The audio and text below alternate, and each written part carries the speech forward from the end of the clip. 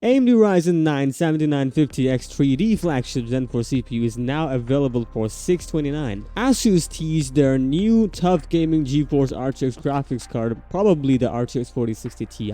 GeForce RTX 4060 Ti clock speeds have been confirmed by a retailer. AMD Ryzen Z1 APU series can now operate with 9 watts TDP. And lastly, AMD Radeon 780M RDNA3 iGPU competes against RTX 2050 and on par with 1650 Ti Max-Q.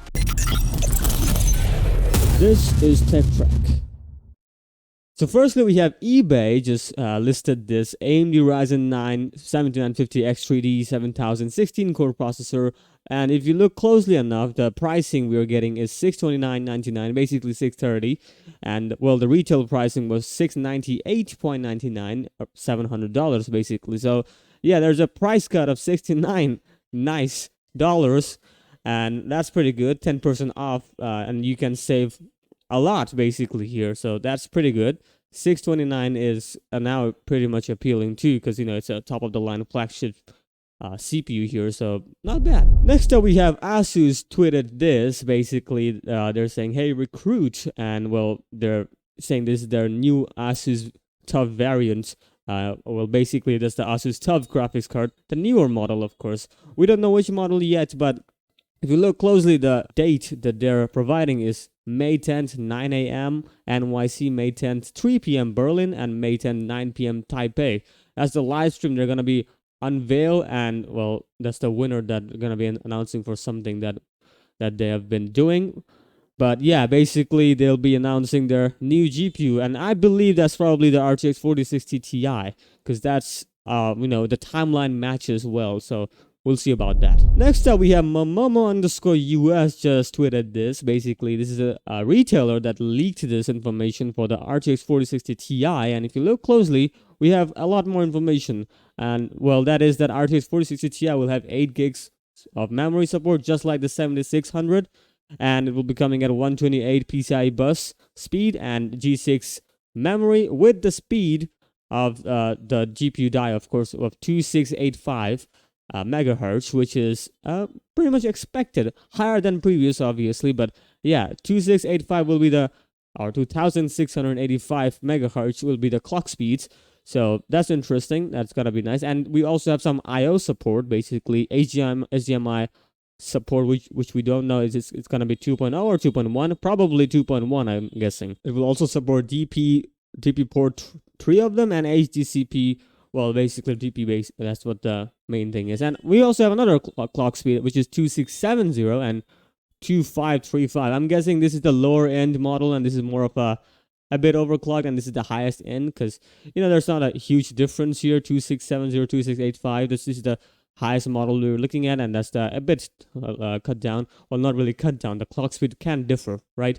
So yeah, that's we're looking at. We have another model which is 2310, which is probably the lowest one. And I believe that's the MSRP model, so we'll see about that. Next up, we have a Tom's Hardware report about the AMD Z1 chip and ASUS ROG Ally, which they're suggesting that it's going to be as low as 9 watts as goes with the TDP. And if you look into it, they have the specification listed here for the AMD Ryzen 7 7840U, the AMD Ryzen Z1 Extreme, and of course, the AMD Ryzen Z1. We also have the 7540U. So we look into it. Well, Ryzen 7 7840U basically coming at and the TDP of 15 to 30 watts, because it has higher end stuff going on, because RDNA 312 of them, which is the Radeon 780M, and of course the base clock is 3.3, boost clock is going up to 5.1. For a handheld, it's pretty nice, I have to say. Like, I believe it's kind of overkill, but then again, who cares? More use the better, right? AMD AMD Ryzen Z1 Extreme, I should say, will have the 8-core 16, well, not the XDNA architecture, obviously, which is a completely different variant. And the base clock and boost clock still need to be specified yet, but the caching remains the same, 24, and the TDP goes lower to 9 watts. That's the lowest one. 9 watts to 30 watts, similar with the Ryzen 7 7840U. I think for handheld, Z1 Extreme chips are more efficient, because 9 watts is the lowest. I'm guessing in idle it's gonna be taking 9 watts compared to 15. So yeah, it's it's quite efficient. And the same RDNA 3 compute units, 12.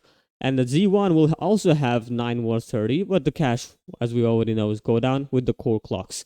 And the RDNA 3 compute units will be also 4, lower, much lower than can expect, on par with the Ryzen 5 7540U. So yeah, that is more accurate. So we'll see about that, how Z1 Extreme and of course the Ryzen 7 7840U performs, because both of them are looking pretty good. But the Ryzen 7 7840U will be supporting on AOK Zo handheld, and the Z1 Extreme will be supported in the newer ASUS ROG Ally. So we'll see about that. And next up, we have a follow-up story on this. AOK Zo A1 Pro handheld gaming handheld console, I should say, has some kind of benchmark that AOK Zo provided, which is again is the first party benchmark, not the third party. So take it as a grain of salt, but still, let's look into it. So if you look closely enough in Cinebench R23, the Ryzen 7 7840U, that's universal result.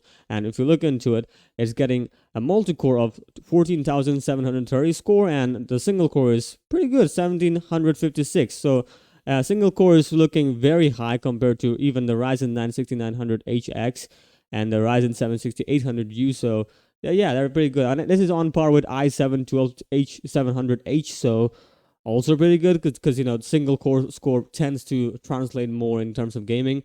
The multi-core is not really an focus here because we're not really going for the productivity anyway. And we have some 3D Mark, Time Spy, and Firestrike results here. And if you look closely enough, GTX 1650 Ti, we're getting around 3,717, which is the Firestrike score. If you look into Radeon 780M, it's getting 3,474. So quite close, I have to say. I'm not sure if this GTX 1650 Ti is the desktop variant or the Max-Q variant. We still yet to find out, but we do know that RTX 2050 is the desktop variant, which is getting 3,579, which is again pretty much close for a handheld iGPU, right? This is pretty good. And if you look into the 3D Mark Time Spy score, well, it just crushes it. 8,047 versus RTX 2050 getting 6,380, so quite lower.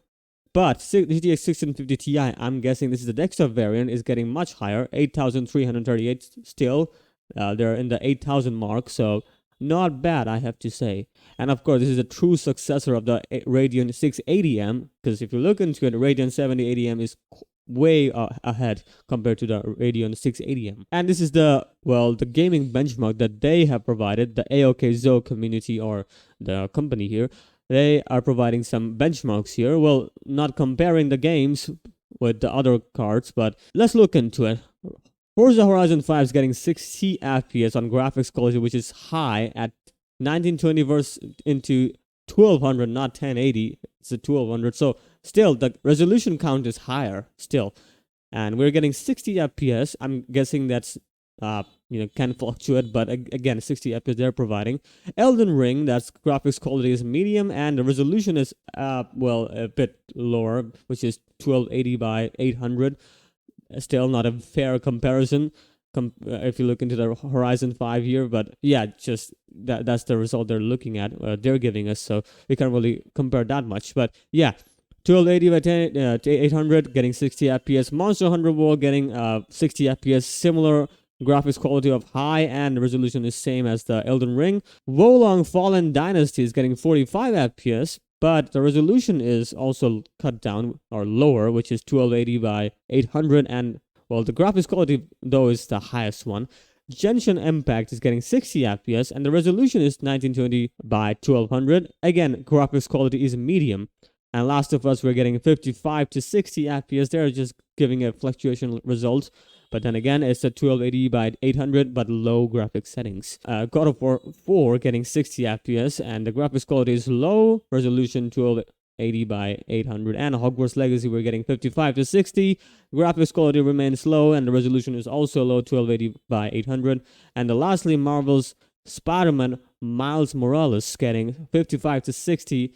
And the graphics quality is medium, resolution is 1280 by 800. So most of the graphics settings we're looking at is the resolution is at 1280 by 800, and the Of course, the graphics settings also depends on the game, because if you look into Last of Us, it's a very demanding game. That's why they're showing low graphics settings. Whereas Forza Horizon 5, they just went all in with the graphics quality high. Resolution is also 1920 by 1200 and the 60 FPS mark. So yeah, it really depends on the game anyway, but still it's not performing bad either. So we'll see about that.